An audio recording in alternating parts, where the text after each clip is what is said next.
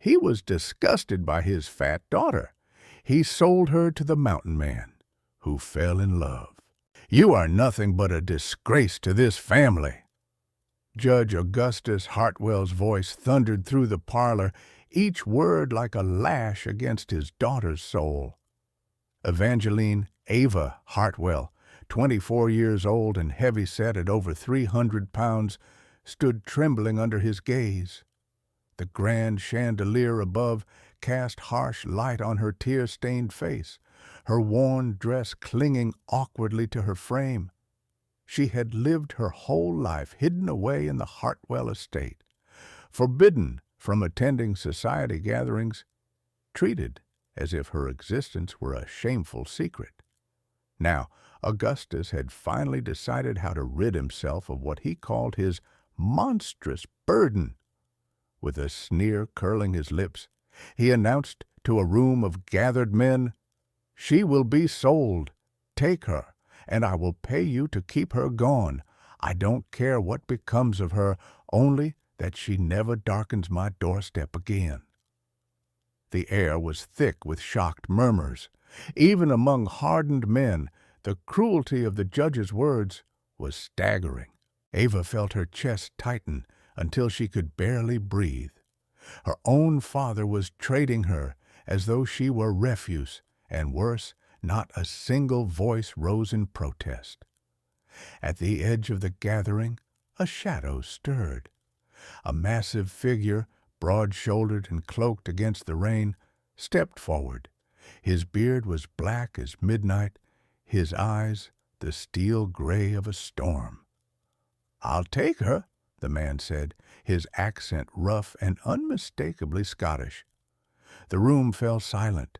Judge Hartwell smirked in triumph, but Ava's heart pounded in terror, for the man who had spoken was Tobias McLeod, known in hushed tones as the Beast of Greystone Mountain. Evangeline Hartwell had known nothing but shame since childhood. In the stately halls of the Hartwell estate, where portraits of proud ancestors lined the walls, she was the secret locked away in the attic. Her weight, nearly 320 pounds, was spoken of as if it were a disease, a curse that tarnished the Hartwell name. While her half-sisters wore silks and attended grand balls, Ava scrubbed floors in threadbare dresses, invisible except when her father hurled insults in her direction. Judge Augustus Hartwell thrived on appearances. He was a man admired in the courthouse, known for his stern judgments and polished manners, but behind closed doors his cruelty was unrelenting. "You are an eyesore, a humiliation," he spat whenever he glimpsed his daughter. "No man of worth would ever look at you." When Helena Pemberton became his second wife, Ava's life grew unbearable. The new mistress of the house, with her sharp tongue and sharper ambitions, detested Ava's presence. "Why keep her?" Helena would whisper with venom. "She's nothing but a mouth to feed, a grotesque reminder of your late wife's weakness." And so Augustus devised his plan. On a storm-lashed evening, he gathered a handful of men in his parlor. Most came out of curiosity more than intent. They had heard rumors that the judge wished to be rid of his daughter. Few expected he would truly parade her before them. Ava stood trembling by the fireplace, her large frame dwarfed by the opulence of the room.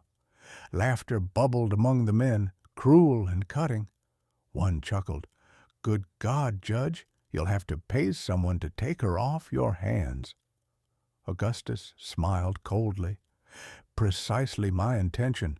$1,000 to any man who will marry her and remove her from this house forever." The humiliation struck like a blade to Ava's chest. She wanted to flee, but the heavy hand of her father gripped her shoulder, pinning her in place.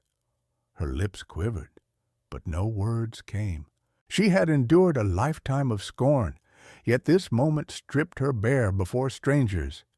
It was then the door creaked open, letting in a gust of rain and a towering silhouette, broad as an ox, with a mane of black hair and a beard to match. Tobias McLeod filled the doorway. His clothes were rough, travel-worn, his boots still caked with mountain mud. The room hushed. Every man there had heard whispers of the Scot on Greystone Mountain, a recluse, a giant, rumored to have blood on his hands. They called him the Beast, a man who had turned his back on the world after tragedy. Toby's eyes, gray as weathered stone, swept the room before landing on Eva.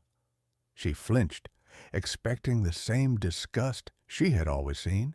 Instead, his gaze lingered, steady and unreadable. "I'll take her," he said simply. His voice carried the weight of granite, deep and resolute. The men erupted in astonishment. "The Beast wants her?"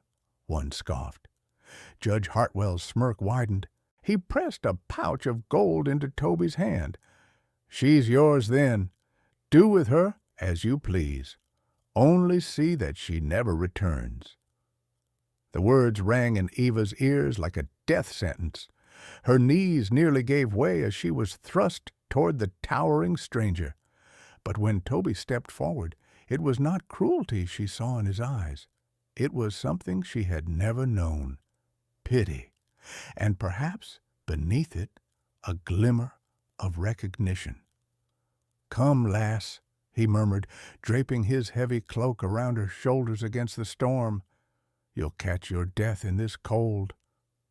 For the first time in her life, someone had spoken to her with gentleness. The rain was relentless as Tobias led Eva from the Hartwell estate. The carriage waiting outside was no polished coach, but a sturdy mountain wagon pulled by two weather-beaten horses. Eva stumbled as they crossed the slick cobblestones, her father's laughter following her into the storm. She did not look back. She could not bear to see the satisfied smirk on his face. Toby helped her climb into the wagon, his large hand engulfing hers. The calluses were rough, but the grip was steady, anchoring her against the chaos of the night. He covered her with a wool blanket before taking the reins. Without another word, the wagon rattled into the darkness. The town lights faded, replaced by the endless shadow of the pines. The road wound upward, slick with mud and half swallowed by mist. Eva sat silent, her mind a whirl of fear. What had just happened? Had she truly been given away like livestock? What awaited her in the wilderness with a man known only as a beast?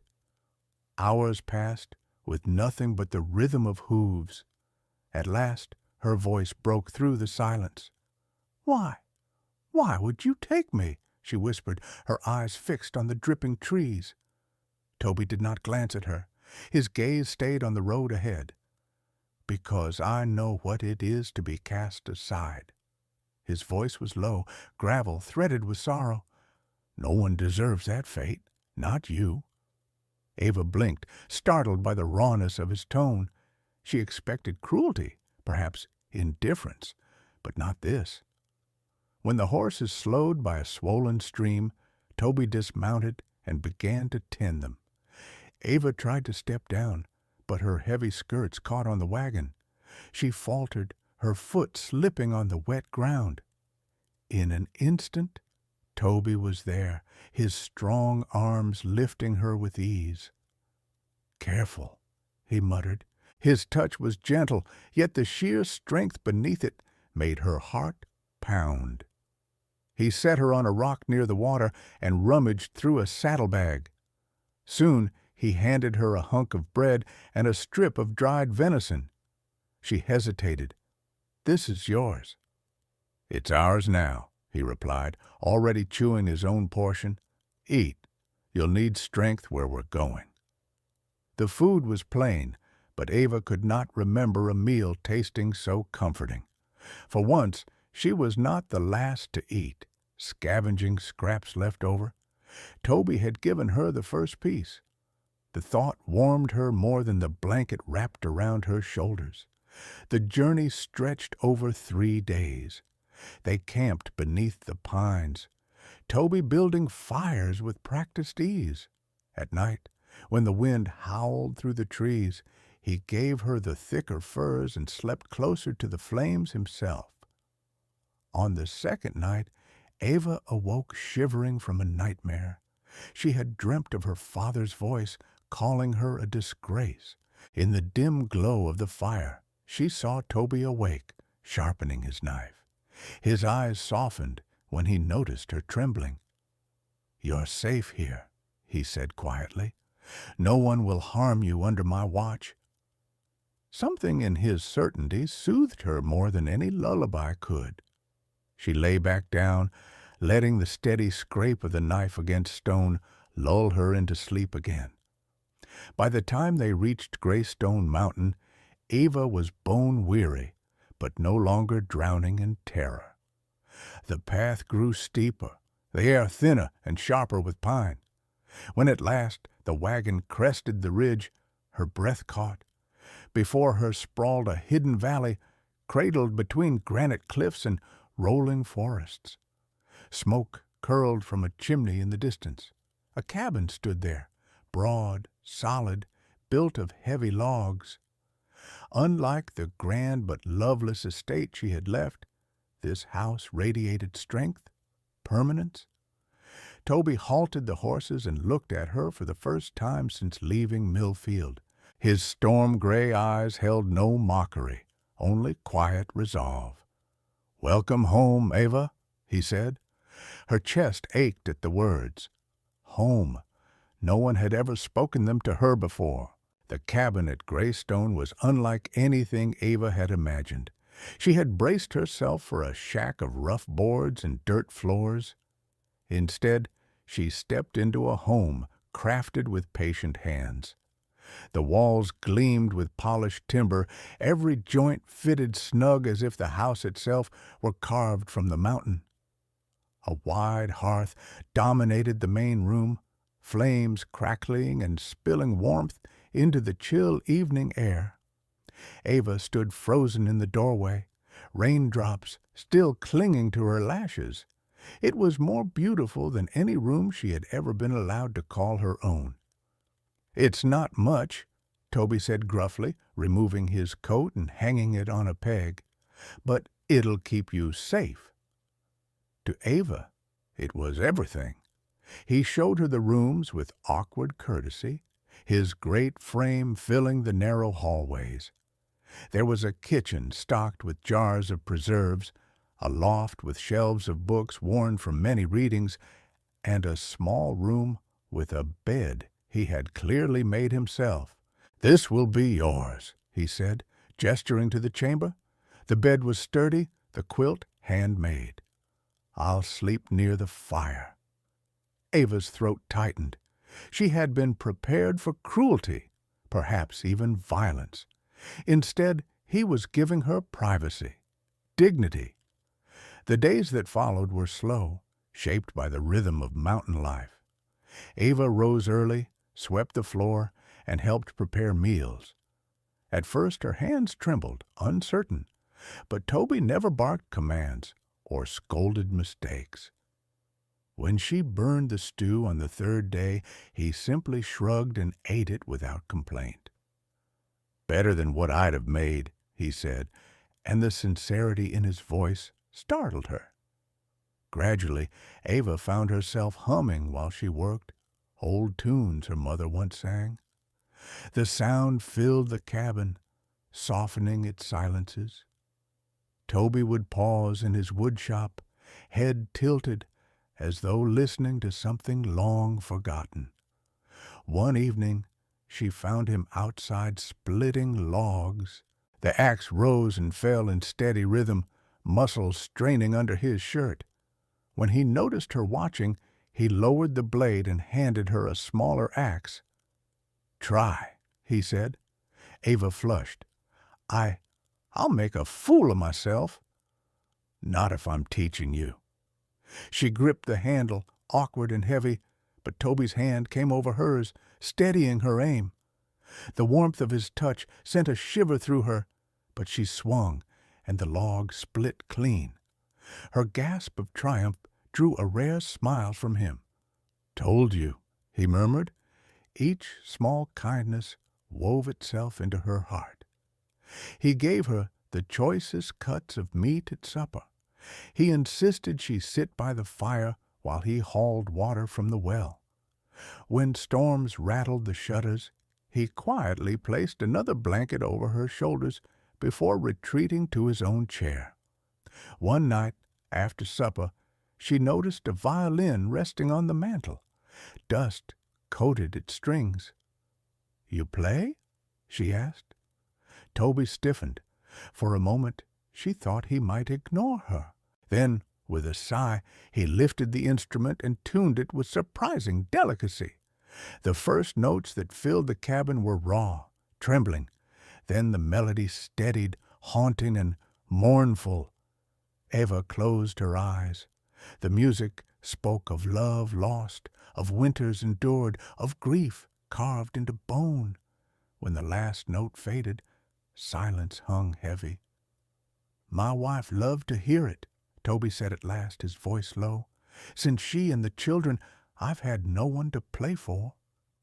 Ava reached across the table, her hand brushing his.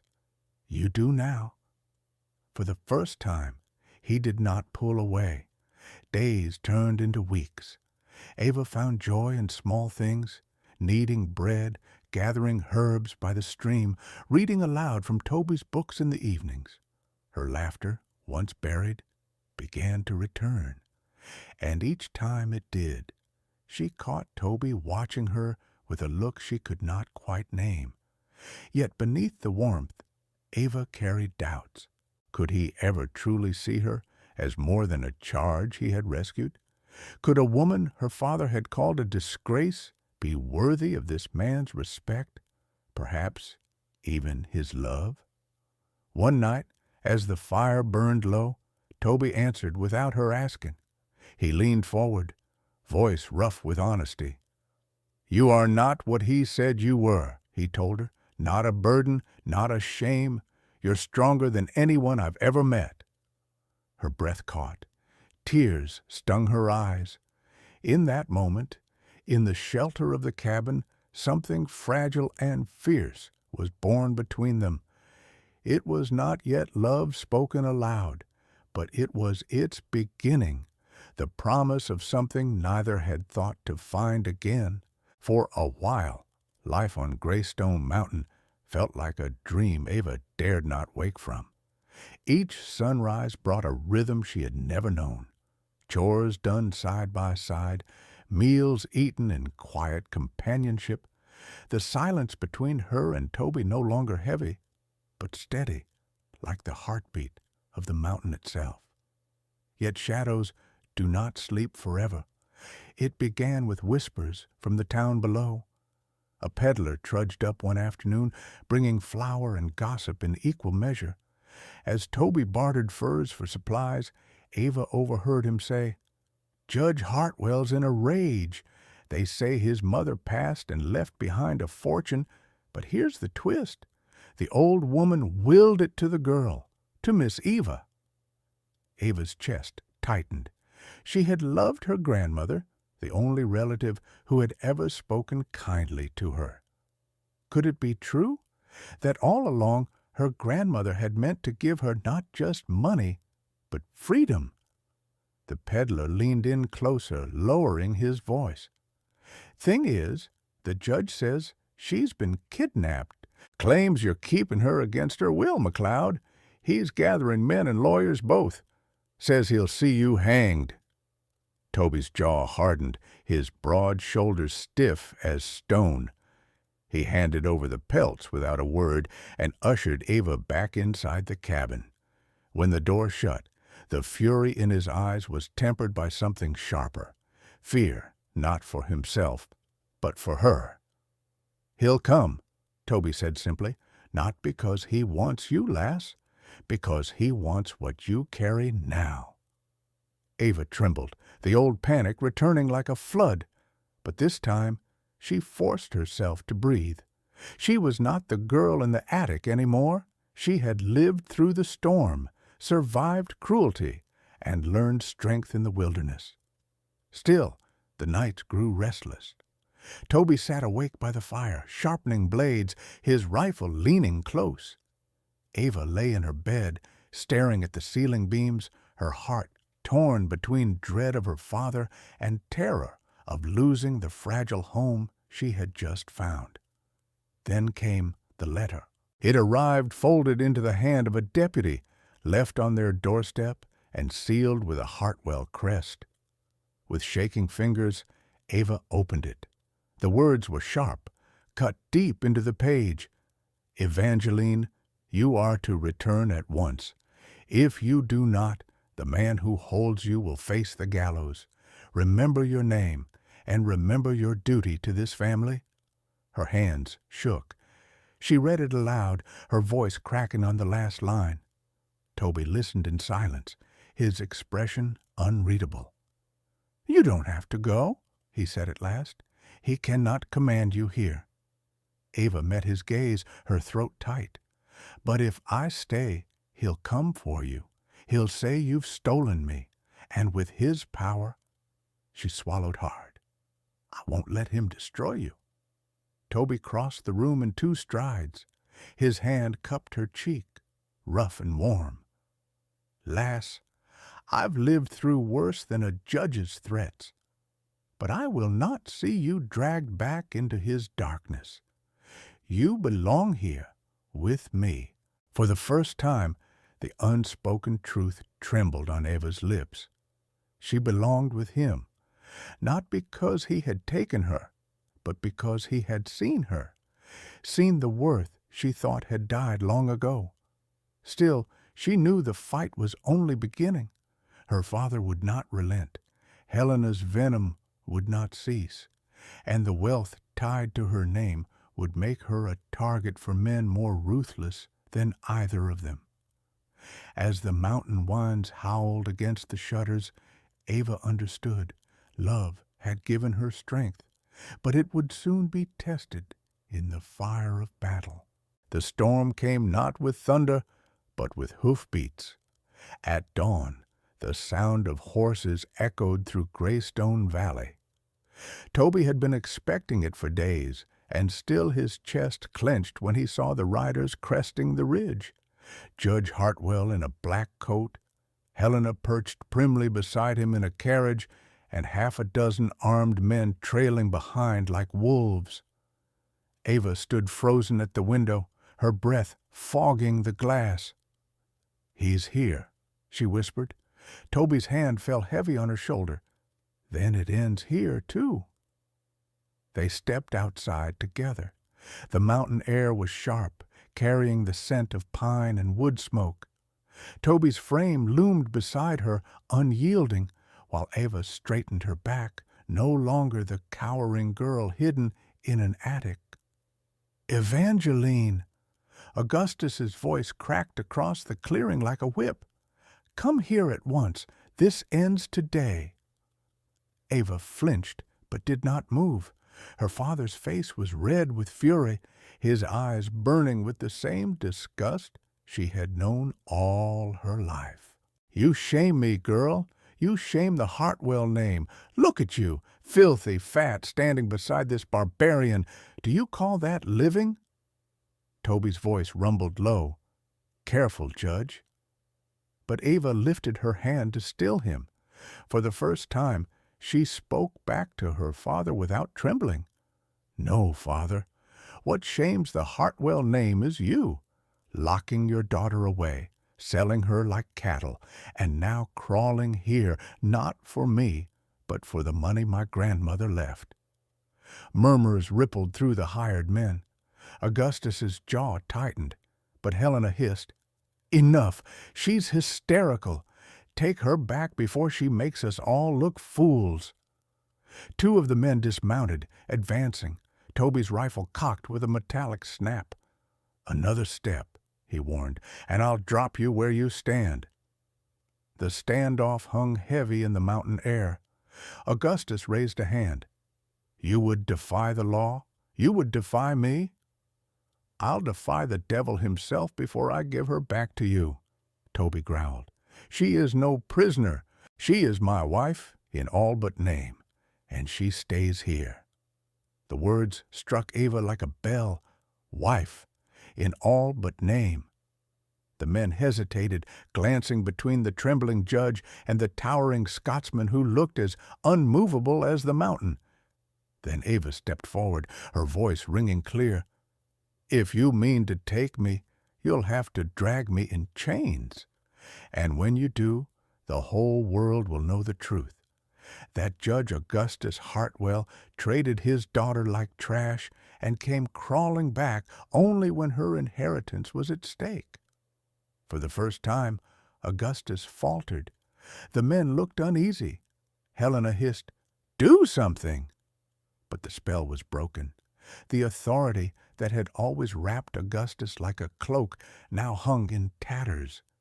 He could not command his daughter any more, not here, not with her standing tall beside the man who loved her.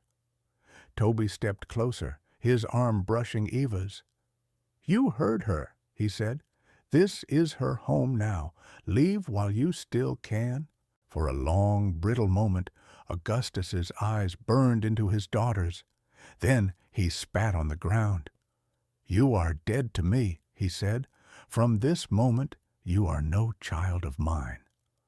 And with that he turned his horse, Helena clutching her skirts in outrage, and the party rode away, their power broken by the strength of a woman they had once called worthless. Ava's knees nearly buckled, but Toby caught her, his arms strong around her. "You did it, lass," he murmured against her hair. "You faced him down." Through tears she managed to smile. Not alone, never again alone. That night the mountain was quiet again. No hoofbeats, no shouts, no threats lingering in the shadows, only the crackle of the fire and the hush of wind in the pines. Inside the cabin, Ava sat curled on the bearskin rug, her skirts tucked around her, a steaming mug of tea warming her palms. Toby moved about the room, setting another log on the fire, his movements steady and sure. The danger had passed, at least for now, but the weight of what had happened lingered. "Dead to him," Ava whispered, staring into the flames. "But alive, at last, to myself." Toby knelt beside her, the firelight gilding the harsh lines of his scarred face. "You were never less than alive, lass. They just refused to see it. I saw it the moment I laid eyes on you, and tonight the whole world saw it too." Her throat tightened, tears pricking her eyes, not of sorrow, but of relief. She leaned into him, his arm wrapping around her like a fortress. "This is your home now," Toby said softly. "If you'll have it. If you'll have me." Ava turned, meeting his gaze. For so long she had been told she was unwanted, unworthy, unlovable. Yet here was this mountain of a man offering not chains but shelter, not scorn but devotion. Her answer trembled on her lips, not in words, but in the way her hand slid into his, fingers fitting as though they had always belonged there. Outside, snow began to fall, blanketing the scars of hoofprints and fire. Inside, the cabin glowed with warmth. Two figures silhouetted against the hearthlight, no longer captor and castaway, but two souls finding home in each other. And as the storm closed around them, one question lingered in the stillness. Would their love be enough to stand against the world that would never stop testing them? Every time I share a story like Ava's, I'm reminded that love can bloom in the unlikeliest of places, even in the shadows of cruelty and rejection. Perhaps that's why these tales touch us so deeply. They show us that no soul is too broken, no heart too heavy, to be worthy of love. Where are you listening from tonight? Drop a comment and tell me your story. If you still believe in love, the kind that sees beyond scars and shame, don't go anywhere. The next story is waiting just for you.